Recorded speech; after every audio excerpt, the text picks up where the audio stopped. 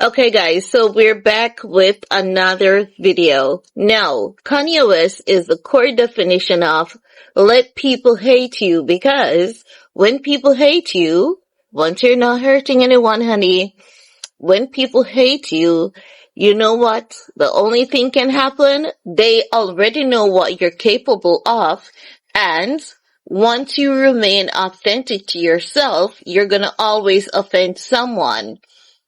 But when people know who you are, what you're about, and when they don't have to second guess who you are, it seems to be really profitable because look at Kanye.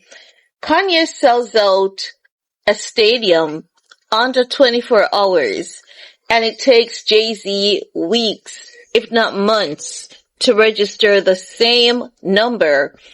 JayZ, who has been keeping it clean, PR, perfect family, perfect moments, never cussed out anyone on the internet, never dragged any community, not getting blacklisted. JayZ is the sweetheart, right? Or at least that is what you would think, because he tries to keep it so clean and he works so hard at keeping it so clean. But here comes Ye, just being his good old authentic natural self, dragging who he wants when he wasn't well. Here comes Ye, consistently selling out shows, and he's in great demand. People are tagging him, begging him to come to their city. Wireless Festival was cancelled because England decided that they're not going to allow Kanye West any entry because a group of Jewish people came together and they were like, Kanye West has offended our community and we don't want Kanye West in this country. So they came together and they blacklisted Kanye. Kanye could not go to England. He could not perform in England. Look at Italy. Kanye West always out there in Italy, right? And you would think that Italy was one of the countries who would say Kanye West is like a native to us.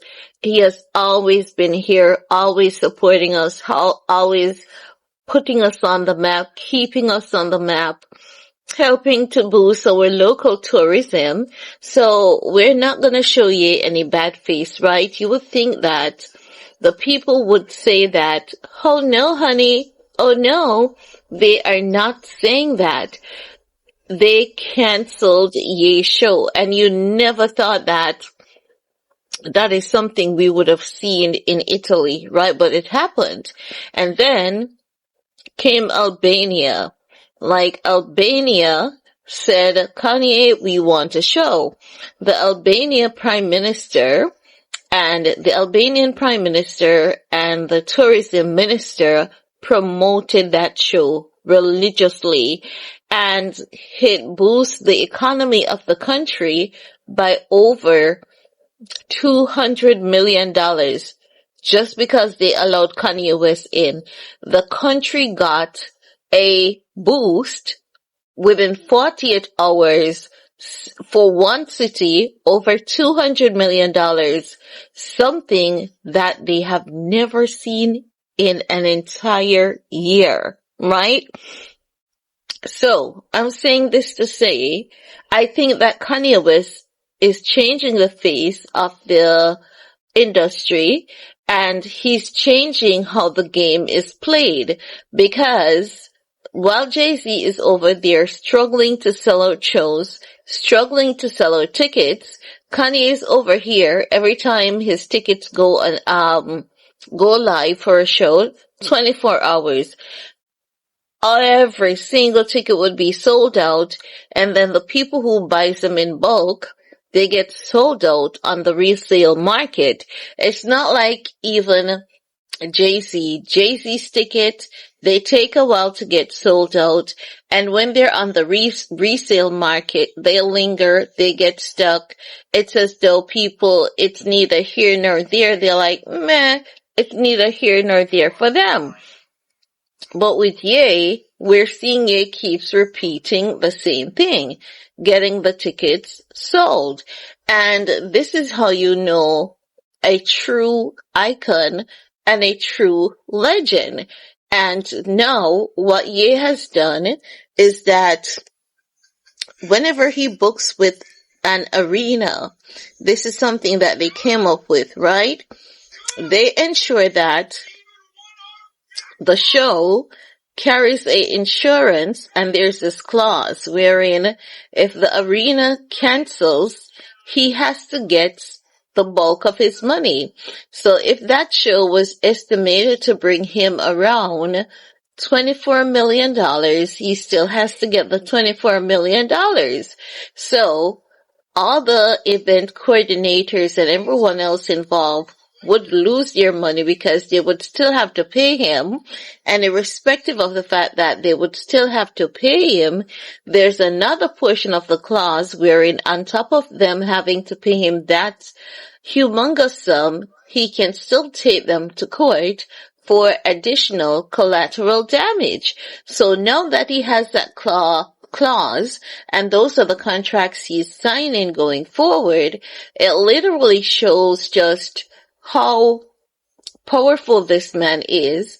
And they're now saying that this is something that other celebrities are looking into when they have a show and when they are about to have a show, because while these celebrities may not be at the same disadvantage of Ye as getting, cancelled by the Jewish community, with events and celebrities, we're in a time of uncertainty, right?